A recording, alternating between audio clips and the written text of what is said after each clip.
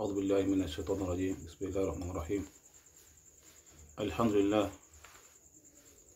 لله رب العالمين، والصلاة والسلام على نبينا محمد النبي الأمين وعلى آله وصحبه أجمعين، وبعد. ربي اشرح لي صدري ويسر لي أمري واحلل عقدة من لساني يفقهوا قولي. يا أيها الإخوان، ndugu zangu Waislamu, baada ya kumshukuru Mwenyezi Mungu Subhanahu wa Ta'ala, Mwenyezi Mungu ambaye ametuwezesha na akatupa afya na pia ametupa taufiki ya kufanya ibadati mbalimbali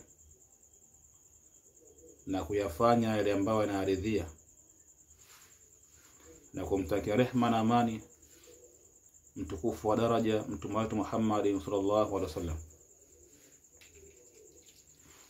Ama leo tukiwa katika utaratibu wa darasa zetu, kukumbushana, kuelezana, kuhimizana majambo ya kheri na yale ambayo ya shari kuhimizana juu ya kuyaacha, na yale ya kheri kuhimizana juu ya kuyafanya. Ama leo tutaangalia vipengele ambavyo ni muhimu kwa Muislamu kujipamba navyo, ambavyo ni vipengele muhimu au mambo muhimu yanayotengeneza utu na adabu. Mambo muhimu yanayotengeneza utu na adabu. Tukiangalia kichwa cha habari kinasema mambo muhimu yanayotengeneza utu na adabu. Kuna utu alafu kuna adabu. Nini utu?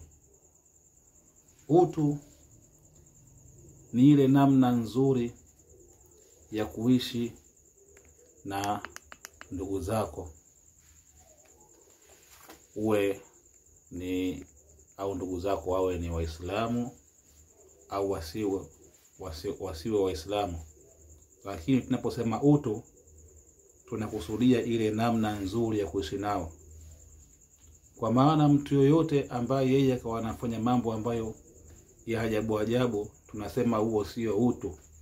Kwa maana mtu huwa sana kwa kama ni mnyama. Kwa hiyo utu na adabu ni vitu ambavyo vinakwenda kutengeneza mwanajamii mzuri. Kwa hiyo ndio katika kumuelezea muumini hapa tunasema mambo muhimu yanayotengeneza utu na adabu. Muumini kama muumini wa kweli anatakiwa ajipambe na mambo ambayo mambo hayo yamekusanya utu, lakini pia yamekusanya na adabu. Hapo tutasema kwamba huyu ni muumini wa kweli. Kinyume na hivyo, ikawa mtu akajiita yeye ni muumini, alafu yale mambo ambayo anayofanya tukaona kwamba ndani yake hakuna utu, yani kama mnyama, ndani yake hakuna adabu, kwa maana wale wenzake hawaheshimu, anawadharau, anawafanyia mambo ambayo sio, hapo kunakuwa hakuna utu na kunakuwa hakuna adabu. Katika maudhui yetu tunaangalia jambo la kwanza.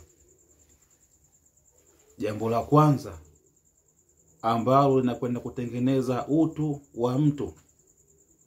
Jambo la kwanza, moja kwa moja tunaangalia maagizo ya mtume wetu Muhammad sallallahu alaihi wasallam. Jambo la kwanza, an yuhibba li akhihi ma yuhibbu li nafsihi. Ampendelee ndugu yake yale ambayo anayapendelea katika nafsi yake. Muumini wa kweli, ili tuseme huyu muumini ana utu, cha kwanza kabisa an yuhibba li akhihi ma yuhibbu li nafsihi, ampendelee ndugu yake yamkute au ayapate yale ambayo yeye mwenyewe katika nafsi yake anayapenda. Na hapa ndio kuna mtihani mkubwa sana. Kwa maana je, huyu mtu atakuwa tayari zile kheri ambazo yeye anazipata na mwenzake zimpate? Hapo ndio kwenye utu hasa. Ule utu, zile kheri atakazozipata au yale majambo ambayo ni mazuri au yale majambo yenye manufaa, atakuwa yupo tayari yampate na mwingine?